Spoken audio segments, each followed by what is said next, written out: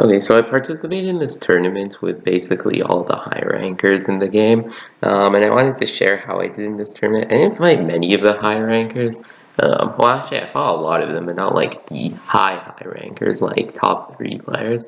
Um, the format of this tournament was a bit strange. You started off in a group stage where each person was split into a group of 4, and basically only 2 people could make it out of the group.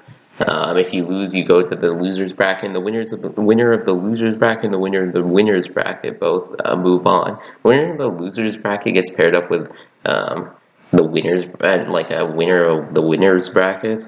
So technically, is designed so that you you paired up against like if you won in the winners bracket, you paired up against a worse player, and if you then won in the losers bracket, you paired up against a better player. Honestly, like spoiler alert, I won the losers bracket, and this honestly put me in a better position than the winner of the winners bracket for my group.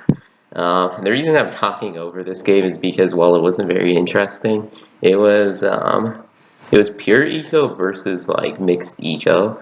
Um, and the way eco strats work is that you literally can't even rush each other, since like usually it's either a test of micro or just not a test at all, like in the case of pure eco, because you just have a lot of money on hand. And you for mixed eco, like Chinooks are expensive for me, so I save up a lot of money before going for the Chinook, so he can't really rush me. And in his case, yeah, he can't even spend his extra money, so he uses on like spiked balls or something. And that's just an inherent problem with pure eco strats. There isn't really a way you can rush them without like all outing. Otherwise, you're just wasting money because they already have their defense down usually. And with that being said, enjoy the video. So I actually didn't record all the games I played in this tournament. There were 2 games I couldn't record because of time zone differences that made it so that I was forced to play on my laptop and in school, obviously not during class. And my laptop kind of sucks, so it can't record games. The last game I tried to record, and yet it recorded only the sound, and yet it recorded the sound and only the first frame of the game. And conveniently, 2 out of 3 of those games I lost. The first game I lost was, and then I think, in the lead, and then no, I couldn't micro to it and buy Master Baller fast enough. The other game I won was against Reflect. Or that game was against Wudk. This one was against Reflect, where I won in a DFN mirror. Yeah, I'm sorry for playing DFN. It was Inflection. I had no choice. And it kind of went exactly how DFN mirrors usually go.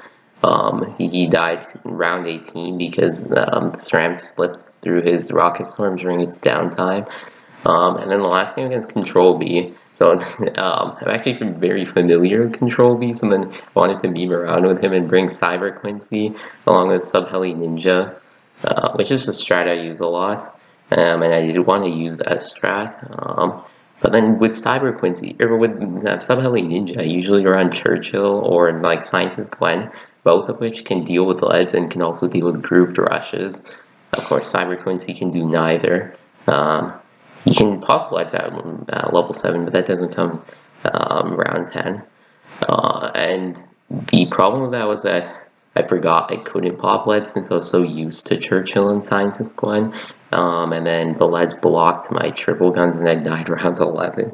It was a very embarrassing game. And then the next game, and you think I learned from my lesson and would decide not to bring Cyber Quincy, let alone a meme strat. And you can see what I did the next game, and you'll see whether it paid off or not.